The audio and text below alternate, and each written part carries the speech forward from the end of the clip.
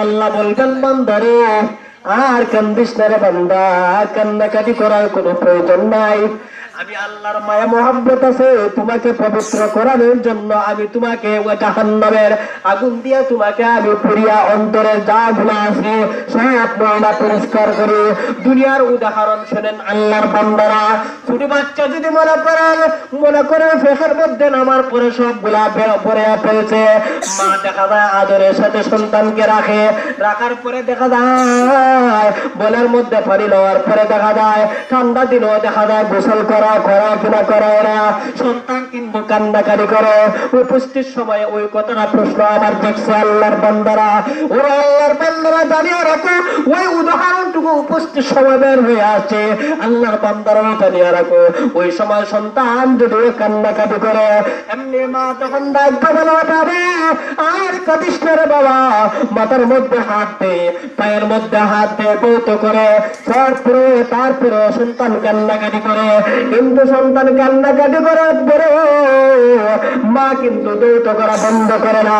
যখন পরিষ্কার করিয়া ওই সময় পরিষ্কার করিয়া মা তখন সন্তানকে তুলে নিয়ে যায়।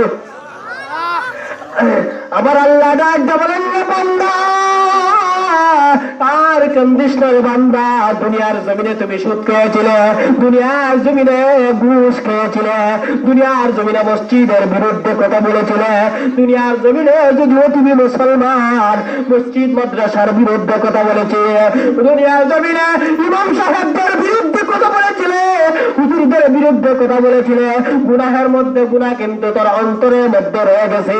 আল্লাহর বান্দারে ওই সমস্ত গুনাহের ময়লাগুলা পরিষ্কার করার জন্য আমি আল্লাহ তোকে জাহান্নামের মধ্যে নিক্ষেপ করিয়া পবিত্র করিয়া আমি আল্লাহ তোকে জান্নাত দান করব। তাহলে জান্নাত দিব কিনা দিত না? খোলেন না আল্লাহ খুলে লইতা কি দেখো এটা তো তুই ধুলা। ওরে আল্লাহর বান্দারা জানিয়া রাখো শুধু তা না, জাহান্নাম এমন একটা জায়গা কিন্তু মানুষেরা বুঝতে পারে নাই জাহান্নাম এমন একটা জায়গা। জাহান্নামটাকে টানিয়া শেষরাইয়া উঠাইব ফেরেশতারা। এমন কি ধরনের জাহান্নামটা? ও আল্লাহর বান্দারা মুতাবি জাহান্নাম ইয়াউমা ইদিন লাহা সাবুনা আলফা জিমাম মা কুল্লি জিমামিন সাবুনা আলফা মালাকিন তাজুনাহা। ও আল্লাহর বান্দারা সংক্ষেপে বলতে চায় জাহান্নামের যে লাগাম থাকতে 70,000 লাগাম, ওই 70,000 লাগামের মধ্যে দরিয়া টান দিয়া এক একটা লাগামের মধ্যে একজন দুইজন ফেরেশতা ধরবে না, 70,000 ফেরেশতারা এক একটা লাগামের মধ্যে ধরবে। দরিয়া ওই জাহান্নামটাকে টানিয়া উঠাইবে।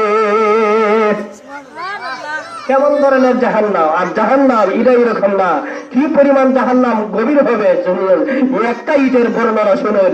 ও আল্লাহর বান্দারা কেমন জাহান্নামটা কি পরিমাণ হবে জাহান্নামের একটা কথা শুনেন। ওরে আল্লাহর বান্দারা জাহান্নামের প্রাচীরটা হবে অনেক উঁচা ধরনের প্রাচীর হবে। ওয়ালটা হবে অনেক উঁচা। ওয়ালটুকু কি পরিমাণ উঁচা হবে একটা ইটের বর্ণনা দিয়েছেন নবীজির জবান থেকে।